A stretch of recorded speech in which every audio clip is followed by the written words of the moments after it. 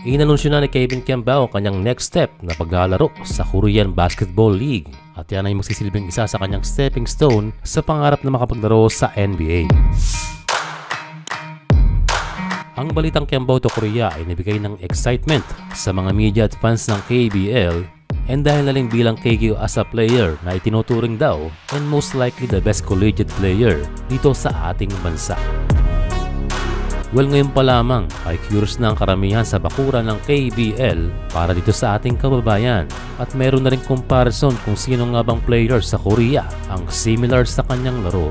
And ang lumalabas sa media ay si Choi Jun-yong, ang sinasabing pinakamahusay na forward sa KBL. And dito naman sa Pilipinas ay maraming naaangasan. Well, ang estilo kasi nitong si Choi ay kung ano-anong senyas ang pinapakita at nakabubble-gum.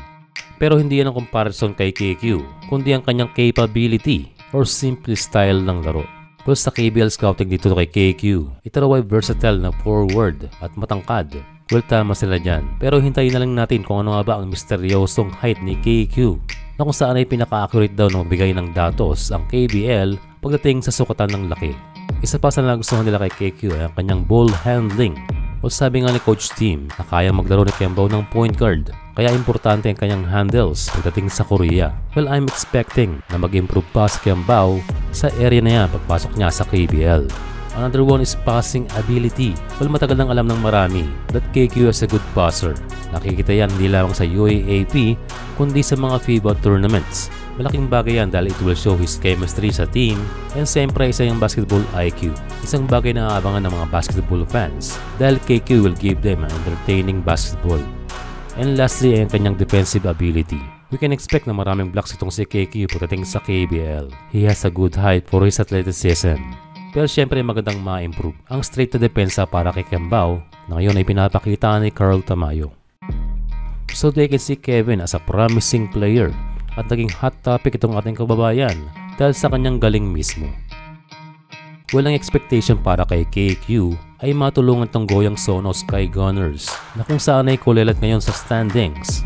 Kaya sila yung umaasa kay Kiambao na mapunan ang kakulangan ng team para sa isang player na kayang maibsan ng problema dahil halos tagabuhat na ang kailangan nila dahil sa di magandang season ngayon ng team.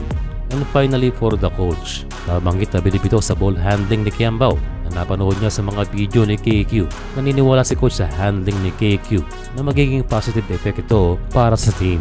And of course, kailangan din nila ang scoring ability ng ating kababayan. Well, sa aking palagay ay magandang epekto pa rin na napunta si KQ sa kulelat na team dahil doon ay kanyang maipapakita ang kanyang talento. And again, hindi kaya mag-isa ni Kevin Kiambao na iangat itong Sono dahil kailangan syempre ang kanyang mga teammates na matutulungan ni KQ na maitaas muli ang kanilang moral.